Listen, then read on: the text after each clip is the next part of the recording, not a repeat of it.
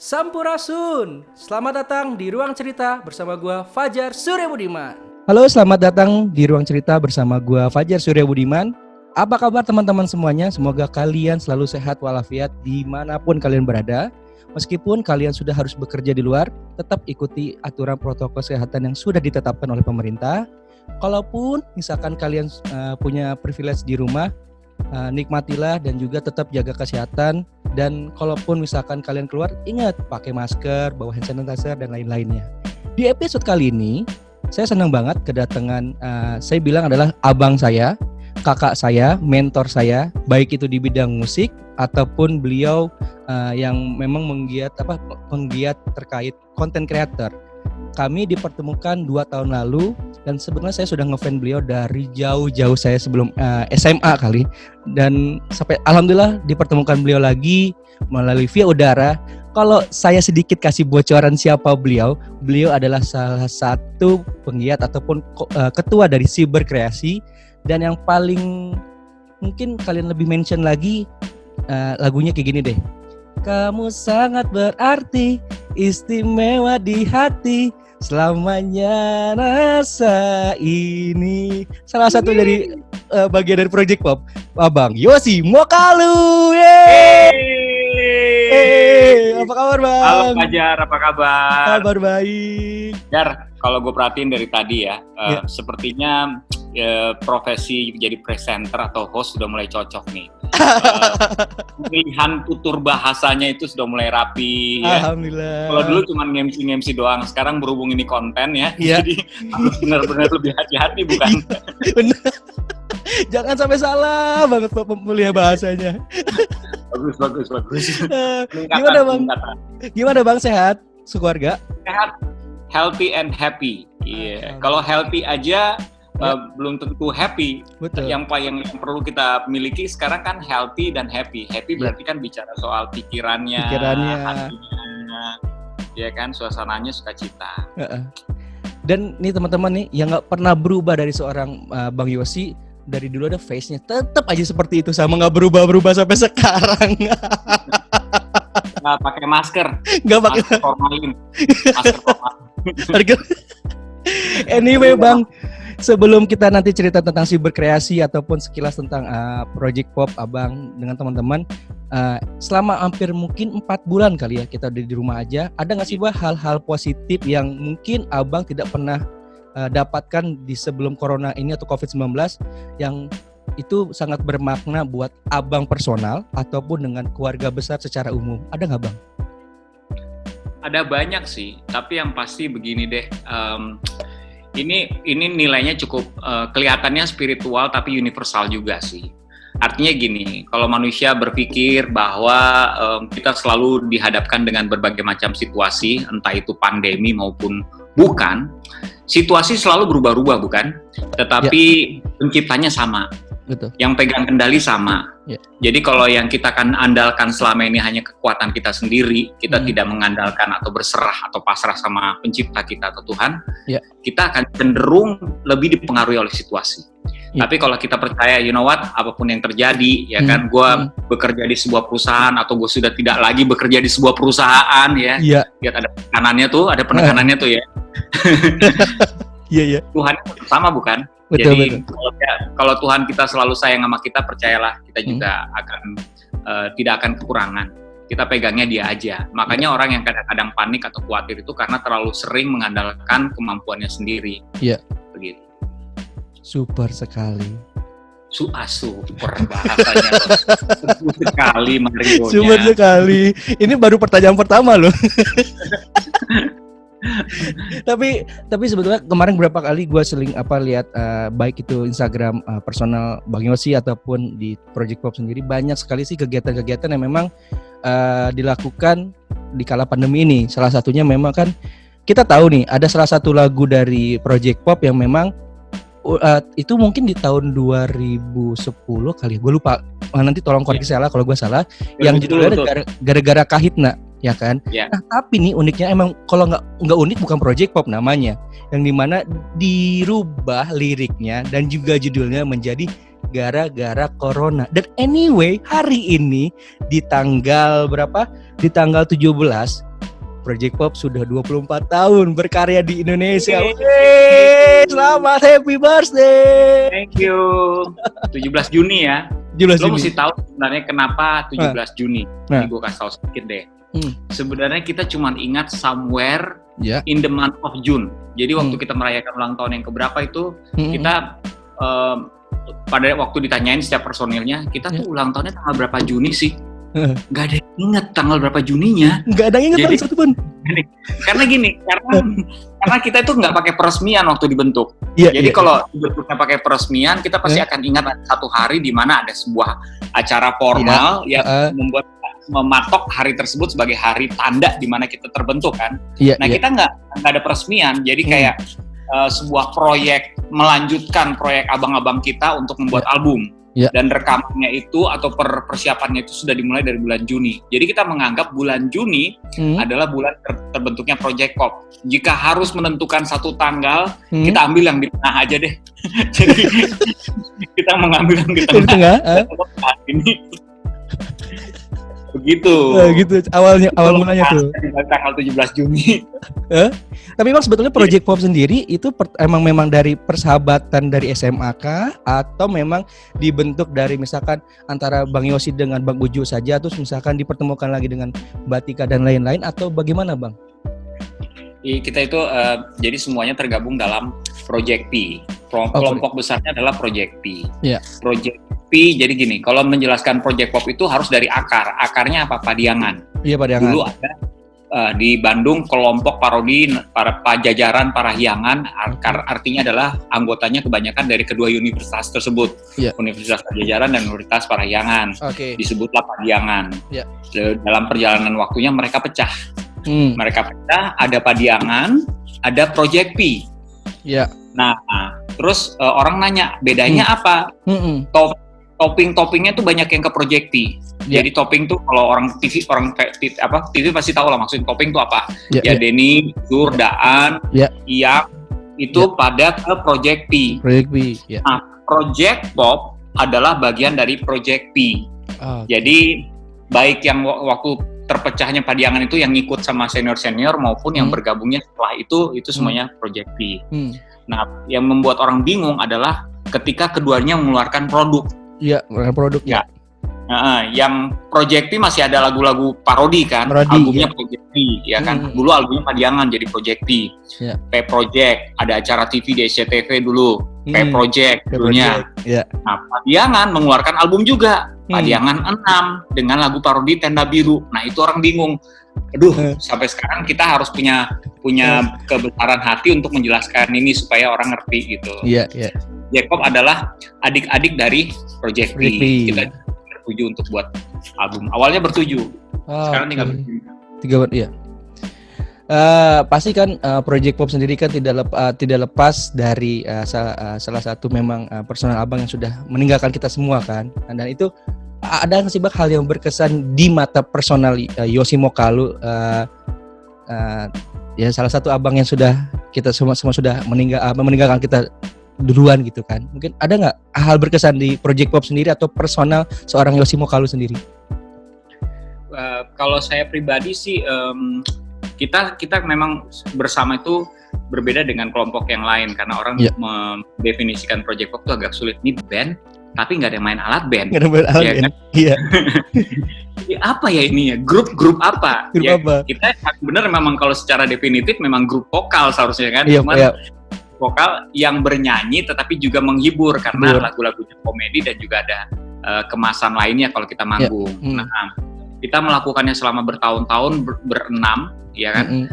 Otomatis kita sudah punya chemistry, kita sudah bagi tugas. Kalau bikin lagu itu, kalau bikin lagu saya udah mikirin tuh partnya Tika yang mana, partnya almarhum yang mana, partnya Uju yang mana. Jadi kita udah mikirin.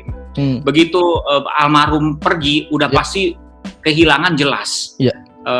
Banyak part-part yang dimana dia biasa bernyanyi, banyak aksi-aksi panggung dimana biasanya dia yang kita bully, kita kerjain atau dia ngebully kita, ya kan? Ketika nggak ada, jadi berasa banget hilangnya gitu loh. Plus lagi sumbangsinya dia dalam hal talenta di Project Pop, dia kan orangnya cukup detail, orangnya supel juga.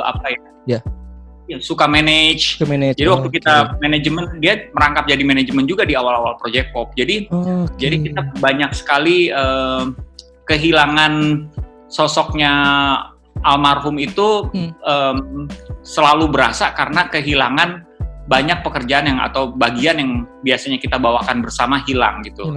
Makanya sekarang hashtag kita semenjak dianya almarhum sudah nggak ada, kita pakai hashtag Project Pop tuh selalu pakai 5 bodies 6 souls. Itu kita punya hashtag 5 badan 6 jiwa. Iya. Nah, tadi balik lagi Bang ke yang gara-gara corona. Kenapa kok pemilihannya lagu dari Gara-gara Kahitna saya bilang diplesetin atau apa ya? Mungkin dijadikan parodi menjadi Gara-gara Corona, dan yang paling uniknya lagi adalah itu mungkin kalau kalian lihat video klipnya tuh ya memang sih mungkin yang banyak memberikan masukan koreografi mungkin Bang Yosi kali ya, dan Bang Ujo mungkin.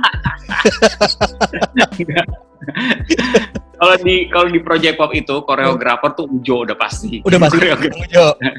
Ya kita yang lain kadang-kadang yang prakal printil lah kita sumbang. Cuma memang kalau akhir-akhir ini karena saya juga ada di Cameo Project. Ya, Cameo Project.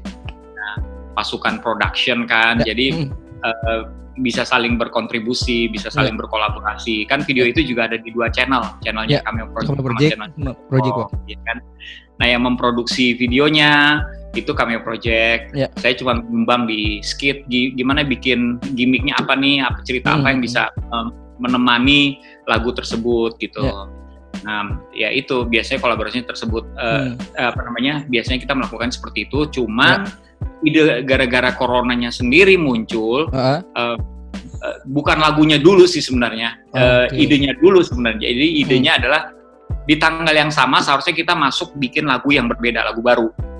Tapi saya pikir ada baiknya saya mengusulkan nih sama teman-teman, gimana kalau kita buat lagu yang temanya corona deh, bilang gitu temanya. Tapi dengan tujuan bukan relevan ya, kan kadang-kadang kalau konten kreator ada yang lagi relevan tuh, ada yang lagi happening, ada yang lagi viral, dibuat konten. Kalau dari awal kita udah bilang sama teman-teman, tujuannya adalah edukatif dan juga menguatkan. Jadi lagunya harus ada unsur-unsur seperti itu, tapi juga jangan terlalu menggurui, jadi fun aja gitu. Nah, teman-teman setuju. Baru habis itu saya mengusulkan lagunya Gara-gara Kahitna diparodikan saja. Kenapa? Karena kalau saya melihat pada saat itu banyak sekali acara-acara TV itu yang mengambil tema gara-gara corona. Jadi itu udah jadi judul acara TV banyak gara-gara corona. Nah makanya bahkan judul berita juga ada gara-gara corona. Saya pikir yang paling dekat dengan gara-gara corona adalah gara-gara Kahitna. Jadi kita pilih lagu itu, akhirnya dieksekusi lah karena teman-teman udah setuju. Tinggal liriknya si Ujo nyumbang, saya juga nyumbang. Kita kombinasikan akhirnya jadi lagu gara-gara corona. Itu tuh kalau nggak salah di launching pertama kali tuh bulan April awal ya Bang ya? April pertengahan deh kalau nggak salah ya? Waktu itu kan? Iya. TVRI termasuk yang media awal-awal ini memutarkan ini. Saya ingat tuh Fajar tuh minta waktu itu. Iya. Bang, bagi itu dong, bagi bahan buat ini. Iya benar. Corona bilang gitu, ya udah.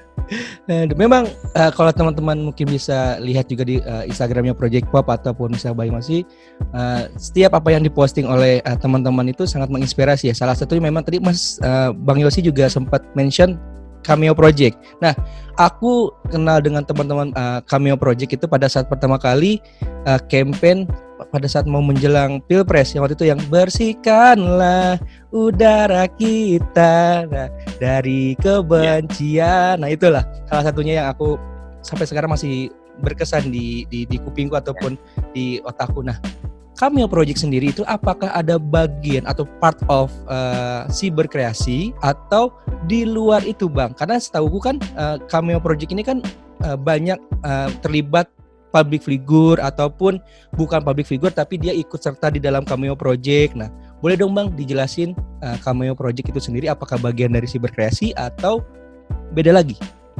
Ya, jadi kalau Siberkreasi kan itu gerakan nasional literasi digital. Memang fokusnya di literasi digital. Oh, literasinya. literasi. Walaupun di situ ada 2 komunitas besar.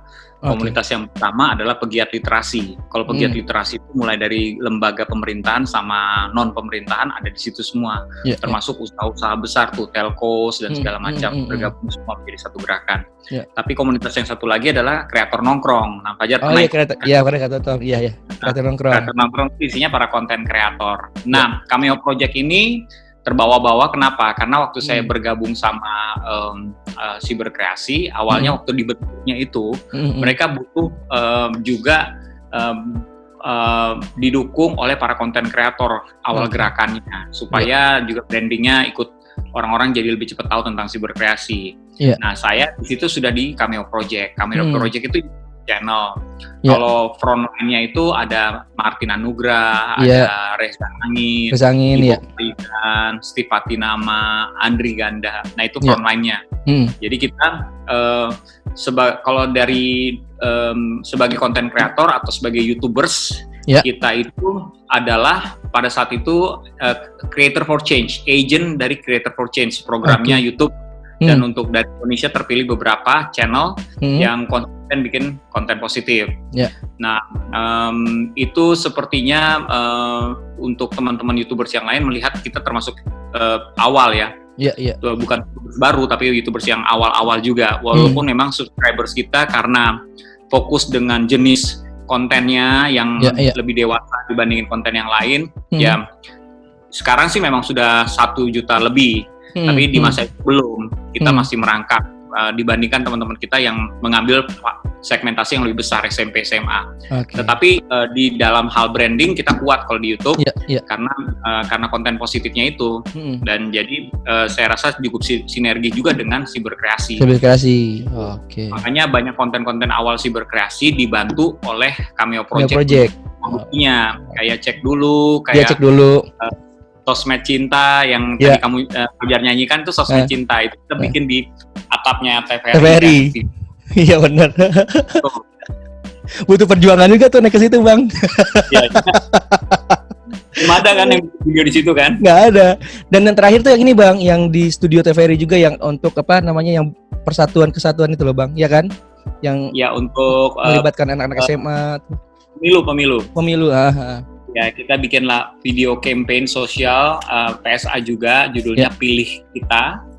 Yaitu untuk para pemilih pemula. Jadi ada edukasinya juga sih. Tapi kenapa kok seorang Yosi Mokalu mau, dan maksudnya mungkin kalau menurut saya pribadi ya Bang, Bang Yosi kan udah berada di posisi zona nyaman dengan musisi dan melekat sebagai orang bagian dari Project Pop. Tapi kok kenapa Bang Yosi sendiri mau untuk terlibat lebih dalam di literasi? Apalagi kan Abang sekarang ini didaulat sebagai ketua Siberkreasi yang memang bekerjasama dengan Kementerian Kominfo kan. Dan aku tahu banget Bang Yosi ini dari 2017 pertama kali itu kita ngadain event konten kreator sama Pak Helmi juga, waktu itu pas menterinya masih Pak Rudiantara gitu kan. Dan Bang Yosi juga mengutarakan tentang ayo kita dukung nih literasi Indonesia dan hal media positif dan kita stop hoax dan lain-lain gitu. Nah, kenapa aku Bang Yosi concern banget tentang hal itu? Jadi kalau saya sih ini mungkin masalah prinsip sih sebenarnya. Karena saya ada orang yang berprinsip bahwa menggunakan talentanya untuk mencari penghidupan. Kalau saya prinsipnya menggunakan talenta untuk mencari kegunaan. Jadi beda ya. Kalau mencari penghidupan berarti otomatis talenta kita hanya untuk cari duit. Tetapi kalau cari kegunaan talenta kita itu kita selalu gunakan ada atau tidak ada duitnya untuk menjadi berguna. Jadi berguna. Nah, saya memilih yang begitu, memilih yang menjadi berguna. Nah, kenapa saya berani membagikan prinsip seperti ini? Karena saya melihat dalam kehidupan saya justru yang hal seperti ini kita bisa menikmati hidup lebih baik lagi. Kenapa? Karena ketika seseorang mendapati kehidupannya berguna bagi orang lain, dia merasa hidupnya itu tidak sia-sia. Banyak orang yang merasa stres dan depresi karena menemukan hidupnya kok tidak ada gunanya ya. Jadi kayak misalnya Fajar sekarang berusaha stretching kapabilitasnya. ya kan, membuat konten. Tadinya nggak kepikiran membuat konten podcast kan, tapi begitu lo buat konten terus dapat sambutan, dapat apresiasi dari orang lain, rasanya seneng kan? Iya, seneng banget, benar. Itu berbeda, kesenangan yang seperti itu membuat kita merasa berguna, bukan? Bukan kesenangan yang berbeda daripada kita mendapat uang, ya kan? Karena kalau mendapat uang biasanya kesenangannya cuma pada saat uangnya ada, terus uangnya udah habis, stres lagi, hilang lagi. Tapi kesenangan ketika kita merasa berguna itu membentuk karakter dan membentuk rasa percaya diri salah satunya, bahwa you know what, gue bisa membuat perubahan, even sedikit, gue bisa memberikan inspirasi buat orang lain walaupun sedikit. Tapi yang sedikit itu belum tentu nggak berarti, karena tidak semua orang diberi platform untuk menginspirasi jutaan orang. Ada beberapa orang yang diberi platform hanya untuk menginspirasi ratusan ribu atau ribuan atau bahkan puluhan, tapi kita nggak pernah tahu di antara orang yang terinspirasi tersebut mungkin ada pemimpin masa depan yang gara-gara apa yang kita omongin menjadi sebuah benih yang baik di dalam kepribadiannya, bertumbuh dan berbuah pada saat dia memimpin bangsa ini. Kita nggak pernah tahu apa yang kita lakukan walaupun cuma sedikit, bisa jadi itu ujungnya bukit, ya kan? Jadi ya itu, kalau saya melihatnya balik lagi ke prinsip, ketika kita menggunakan talenta kita bukan cuma untuk penghidupan saja, tetapi untuk mencari kegunaan, kita akan terus stretch diri kita untuk menjadi berguna. Begitu. Oke. Nah, jadi kalau teman-teman lihat di Instagramnya Siberkreasi, yaitu Siberkreasi, nah banyak banget nih kegiatannya, baik itu dari berkreasi di IG Live, kemudian juga ada Siberkreasi yang hangout live. Nah, yang besok hari Rabu, hari ini nanti sore Bang Yosi juga akan sebagai narasumber bersama Bang Adri yang membahas tentang juga bagaimana sih new normal, terus kemudian juga bagaimana rebranding dan lain-lain itu. Dan mungkin saya rasa kalau teman-teman yang belum tahu nih bisa lo cek Siberkreasi, banyak banget kegiatan yang mungkin yang bisa menginspirasi teman-teman. Ataupun Bang, boleh nggak nih Bang, misalkan nih gue nih di daerah tapi gue nggak bisa ikutan seperti ini misalnya di Jakarta atau apa, boleh nggak sih gue buat di daerah gue sendiri gitu? Ataupun bagaimana caranya biar kita terlibat di Siberkreasi ini meskipun dari jarak jauh, gimana tuh Bang? Sebenarnya karena justru segala sesuatu yang tadinya tidak mungkin menjadi mungkin di pandemi ini, apalagi itu berhubungan dengan connection. Karena orang-orang kan ramai-ramai migrasi ke digital. Kalau misalnya ramai-ramai migrasi ke digital, berarti kelas-kelas pengajaran ataupun acara-acara yang tadinya offline jadi online. Nah, kalau online ya semudah itu sebenarnya. Kita tinggal ikuti Instagramnya untuk mengetahui acaranya apa, dan kita bisa ikutan di situ. Bergabungnya bagaimana, tinggal cari jamnya, platform yang dipakai apakah Instagram, apakah YouTube, tinggal ikutan di situ. Jadi semudah itu sebenarnya. Sekarang pemerintah juga cukup menggiatkan kan kelas-kelas online. Jadi ketertarikan kita taruh aja dalam kita ketik aja di search engine, misalnya gue tertarik financial management, gue tertarik UMKM, akan keluar tuh kelas-kelasnya, baik yang live, yang belum terjadi, maupun yang sudah terekam menjadi video. Nah itu caranya kita terlibat sebenarnya kayak gitu. Oke. Jadi kalau teman-teman juga bisa lihat di websitenya Siberkreasi, siberkreasi.id, itu juga lu bisa cek terkait program apa aja sih yang diinisiasi oleh teman-teman Siberkreasi. Terus kalaupun misalkan mau kontak langsung juga di situ ada nih, hubunginya ke siapa dan lain-lainnya ya Bang ya. Dan ya cukup jelas kok. Cukup jelas semuanya. Jadi ada juga tentang bagaimana panduan digitalnya, terus kemudian literasi secara digitalnya, terus ini yang paling juga seru nih, ada batik Siberkreasi ini di sini Bang, yang di dalam program siberkreasi.id ini di websitenya. Nah, ada juga satu penting nih, School of Influencer. Nah, kenapa kalau memasukkan salah satu School of Influencer di dalam program Siberkreasi Bang? Ini menarik. Menarik ya, ini salah satu kelas yang kadang-kadang kalau misalnya kita buka dia cepat banget penuhnya, ya kan? Kenapa? Karena banyak orang yang sekarang sudah mulai tertarik untuk menjadi influencers gitu. Tetapi balik lagi, memang kalau di kelas ini kita mengingatkan kembali supaya orang jangan salah berpikir. Influencers itu tidak selalu terkait dengan mereka yang punya followers banyak, mereka yang terkenal, itu baru disebut influencers. Influencers itu berbicara soal pengaruh. Ketika kita punya akun sosial media dan kita sudah bisa menjadi influencers. Apa yang kita posting kan akan dilihat orang. Apakah yang kita posting itu mempengaruhi orang lain? Nah, itulah kita bisa menilai diri kita sejauh mana kita efektif untuk menjadi influencers. Termasuk juga followers. Kalau kita lihat followersnya kita cuman 100 atau 50, itu pun juga keluarga semua, bukan berarti kita nggak bisa memberikan mereka kan. Cuma memang masalahnya orang kadang-kadang lebih fokus dengan angka yang banyak, angka yang besar, apa yang mereka belum miliki gitu loh. Jadi gue pengen banget followers gue bisa nambah banyak nih, gimana caranya?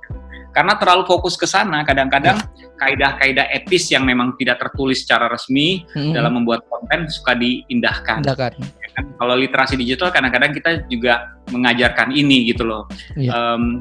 Makanya kalau kita lihat banyak YouTubers yang gara-gara kontennya ditangkap lah atau kena masalah hukum lah. Itu mereka hanya fokus mencari viewers, mencari followers, mencari subscribers tanpa memperhatikan nilai-nilai yang seharusnya mereka jaga, nilai-nilai etis tersebut. Gitu.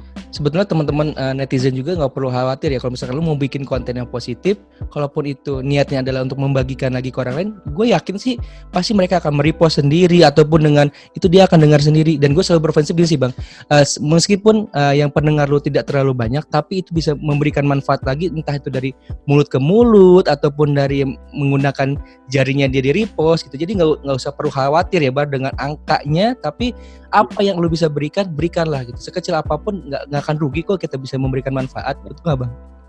Betul. Super orang tuh sekali. Bahwa manfaat itu berdasarkan jumlah kan? Iya. Padahal manfaat itu bukan cuma berdasarkan jumlah saja. Memang hal-hal yang kecil itu yang orang-orang suka melihat tertipu oleh jumlah yang sedikit dan kita mengkategorikannya itu tidak bermanfaat. Padahal belum tentu. Balik lagi yang tadi sempat kita mention kan Jar, bahwa kita tidak semua orang terpilih untuk punya platform itu. Tapi percayalah ada orang-orang yang terpilih menginspirasi sedikit orang saja. Tapi you never know orang ini akan menjadi siapa. Tahu cerita ini nggak Jar? Ibu Sarinah yang dijadikan nama gedung oleh Soekarno, Gedung Sarinah Tamrin. Gedung Sarinah. Boleh tuh Bang, boleh Bang, share Bang. Ya, jadi cerita tentang Ibu Sarinah yang adalah mboknya Soekarno ini. Soekarno ini belajar tentang kemanusiaan dan kepedulian itu dari Mbok Sarinah ini, ya kan? Ya, kalau kita lihat dari hal ini atau cerita ini, kita melihat bahwa mungkin memang zaman itu belum ada sosial media, ya kan? Tapi apa yang Bu Sarinah lakukan itu sama seperti orang yang punya followers sedikit, tetapi dia tetap membagikan nilai-nilai kebaikan sama orang tersebut. Dia nggak pernah tahu orang tersebut akan menjadi apa kemudian hari, bukan? Nah itu yang terjadi, yang harus menjadi dasar pemikiran kita juga seperti itu. Pikirkan apa yang kita posting selama ini, apa yang kita upload selama ini. Mau yang suka sedikit, you never know siapa yang mereka akan menjadi apa di kemudian hari, ya kan?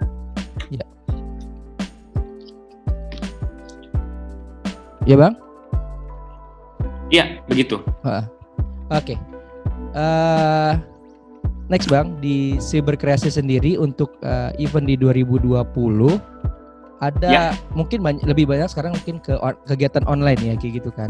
Tapi secara kegiatan yang mungkin offline, misalkan nih new normal sudah kita katakan stabil.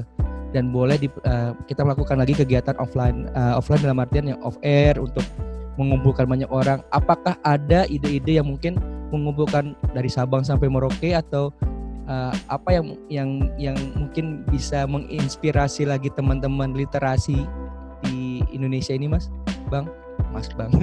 Saya rasa sih ya. Mau Mas mau Bang nih.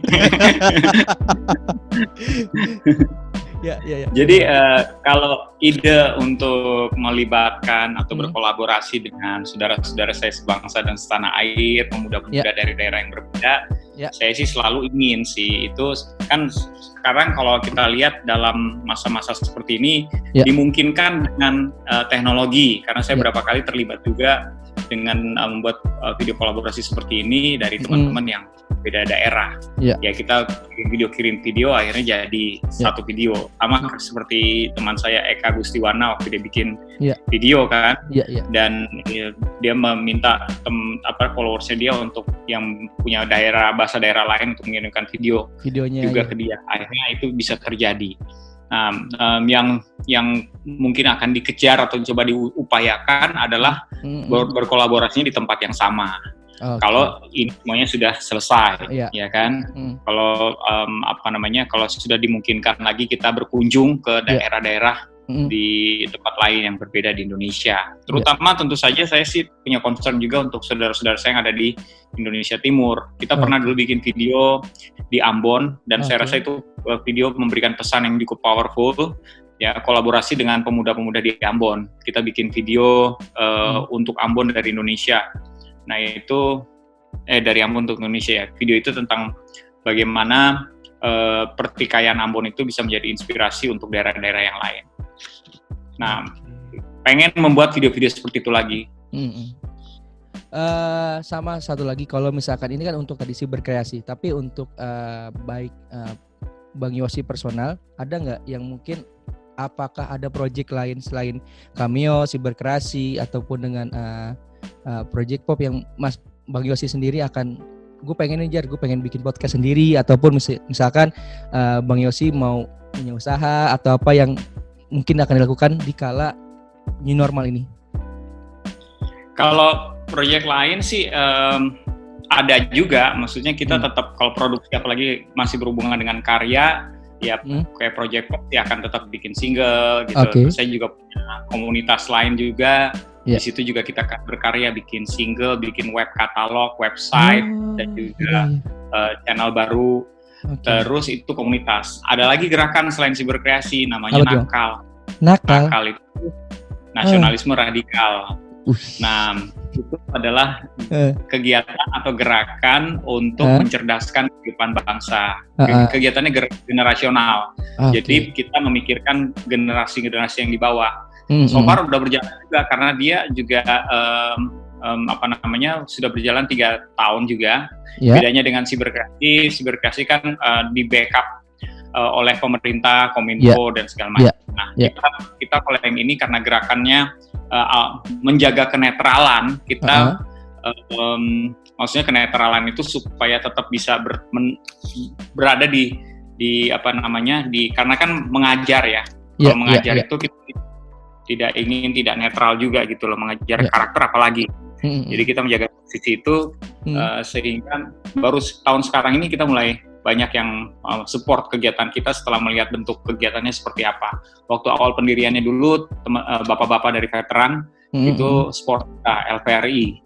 Sekarang kita udah punya banyak kegiatan disupport oleh Kemendikbud, disupport oleh Kemendagri dan juga teman-teman lainnya. Di sana banyak juga, kalau di Siberkreasi pegiat literasi, kalau di Nakal banyak pegiat sejarah. Karena sejarah dan kemanusiaan. Karena kita punya pendekatan adalah mengajarkan karakter, nilai-nilai Pancasila dan nasionalisme, kebangsaan, tetapi pendekatannya sejarah, sejarah. Jadi karena kalau pakai yang lain nggak nyambung. Kalau pakai sejarah kan nggak bukti ya. Walaupun memang ada beberapa sejarah yang masih harus diluruskan lagi. Tapi intinya seperti itulah. Jadi cukup banyak kegiatannya. Luar biasa. Kalau dikatakan nih Bang Yosi sibuk banget nih. Kalau gini ya, makanya bro, gue bilang tadi prinsipnya itu, kalau lo mencari kegunaan, lo akan sibuk. Kalau lo cuma mencari duit, begitu kerjaannya, lo bingung kan? Bingung, ya benar. Anyway, terakhir dari gue di ruang cerita. Ini kembali lagi ke personal seorang Yosi Mokalu. Adakah tips, saran, dan masukan bagi teman-teman yang memang harus bekerja di luar karena memang dia mencari nafkahnya di luar, dan untuk teman-teman yang masih punya privilege kerja di rumah WFH ataupun yang memang masih bandel, dalam artian ya abang tahu lah setiap hari kan kita nih selalu disuguhkan dengan informasi bertambahnya terus yang positif, yang meninggal, kemudian yang sembuh. Tapi dari seorang Yosi Mokalu sendiri ada nggak nih kiat, saran, dan sebagai content creator juga yang mungkin bisa diadopt oleh teman-teman lain di sana? Iya, jadi paling sesederhana ini sih sebenarnya. Manusia itu diciptakan dengan kecenderungan lebih suka ngatur diri sendiri daripada diatur. Itu kecenderungan kita semua. Kenapa? Karena kalau kita megang kendali atau kita membawa mobil, kita lebih suka nyupirin sendiri kalau kita bisa nyupir. Apalagi kalau kita buru-buru daripada disupirin. Kalau disupirin tuh bawaannya suka nggak sabar. Kenapa nggak lewat sini? Kenapa nggak belok sini sih? Kenapa nggak sini? Banyak aja pertanyaan, ya kan? Tetapi kita harus belajar mau diatur. Mau diatur itu adalah bagian dari kehidupan berbangsa. Kan kita hidup nggak sendirian ya. Kita hidup sama orang lain gitu. Ya, perhatikan otoritas yang ada di sekeliling kita itu bukan otoritas yang kita pilih. Mulai dari orang tua kita. Memang kita punya hak memilih. Tapi kan yang menentukan akhirnya juga Tuhan kan. Ya. Kita milih siapa gubernur kita milih siapa presiden kita. Tapi akhirnya yang menentukan adalah Tuhan juga gitu loh. Ketika kita punya satu cara pandang bahwa otoritas yang ada di sekeliling gue ini adalah sebuah sistem yang memang sudah tercipta sedemikian rupa supaya kita yang menjadi bagian sistem tersebut belajar submit ya dengan segala kerendahan hati supaya tercipta keteraturan. Nah, keteraturan itu hanya tercipta untuk orang-orang yang mau berpikir sejauh itu. Kontribusi yang bisa kita lakukan sebagai warga negara adalah menjadi warga negara yang teratur. Bukan berarti kita tidak bisa mengkritisi pemerintah, bukan berarti kita tidak bisa memberikan masukan sama pemerintah, bisa. Tetapi peraturan yang sudah disepakati sebaiknya kita taati. Itu yang saya bisa kasih. Kenapa demikian? Coba lo bikin peraturan dan lo berpikir setengah mati. Kalau lo hidup di dunia ini sendirian mungkin nggak akan masalah buat lo. Tapi kalau misalnya setiap dari kita nih ditaruh posisi di mana kita harus memimpin sebuah komunitas atau sebuah bahkan komunitas terkecil kayak keluarga. Dalam keluarga pun pasti ada aturan. Ya kan, dan kita membuat aturan tersebut, kita tahu kenapa kita buat aturan supaya terjadi keteraturan, supaya semuanya bisa menikmati hidup berkeluarga, bukan? Nah, itulah yang sama yang terjadi dalam kenegaraan ini. Kalau kita sadar kita adalah anggota warga negara yang baik, ya kita taat peraturan. Wow, luar biasa banget obrolan yang singkat tapi padat nih kalau dari segi ilmunya nih. Kalau di barat teman-teman bilangnya daging semua nih. Jangan lo lapar lo mungkin gitu ya. Anyway, sekali lagi terima kasih banyak Bang Yosi untuk waktunya, untuk sharing kepada teman-teman literasi ataupun teman-teman content creator. Yang pasti benar kata Bang Yosi, kalau kita tidak taat, ini pandemi tidak akan selesai. Makanya kalau kita taat, kita sama-sama, bersama-sama. Nggak mungkin nih kalau kita cuma sendiri doang, pandemi nggak akan berlalu. Tapi kalau saya, Bang Yosi, dan teman-teman lain taat dan juga mengikuti aturan yang sudah disiapkan oleh pemerintah, ini pasti badai cepat berlalu. Setuju Bang Yosi? Setuju. Lebih mudah kita menghadapinya bersama. Betul, setuju banget. Dan jangan lupa buat teman-teman, sekali lagi kalau misalkan pengen tahu kegiatan dari Bang Yosi di Siberkreasi, kalian bisa cek Instagramnya di Siberkreasi atau websitenya di siberkreasi.id. Kalau misalkan teman-teman pengen tahu juga nih di Cameo Project, bisa juga Instagramnya di Cameo Project. Kemudian kalau misalkan pengen tahu lagi lagu-lagu terbaru apa dari Project Pop, bisa project.pop. Dan yang pasti jangan lupa juga follow juga Yosi Mokalu. Sekali lagi makasih Bang Yosi. Jangan lupa juga subscribe and like Ruang Cerita Fajar. Nah, itu yang paling penting itu. Itu paling penting. Bang Yosi, jadi sebelum kita berakhir nih ada tradisi kita foto pakai screenshot. Boleh ya kita foto dulu ya? Boleh dong. Oke Bang. Yuk, senyum. 3, 2. Terima kasih Bang Yosi untuk waktunya. Salam buat keluarga. Jangan kapok untuk main lagi di Ruang Cerita Fajar. Terima kasih Jar sudah mengundang ya. Jangan kapok juga untuk membuat konten-konten positif seperti ini. Stay healthy and happy. Yeay, betul. Makasih Bang Mokalu. Yosi Mokalu. Dah. Dah.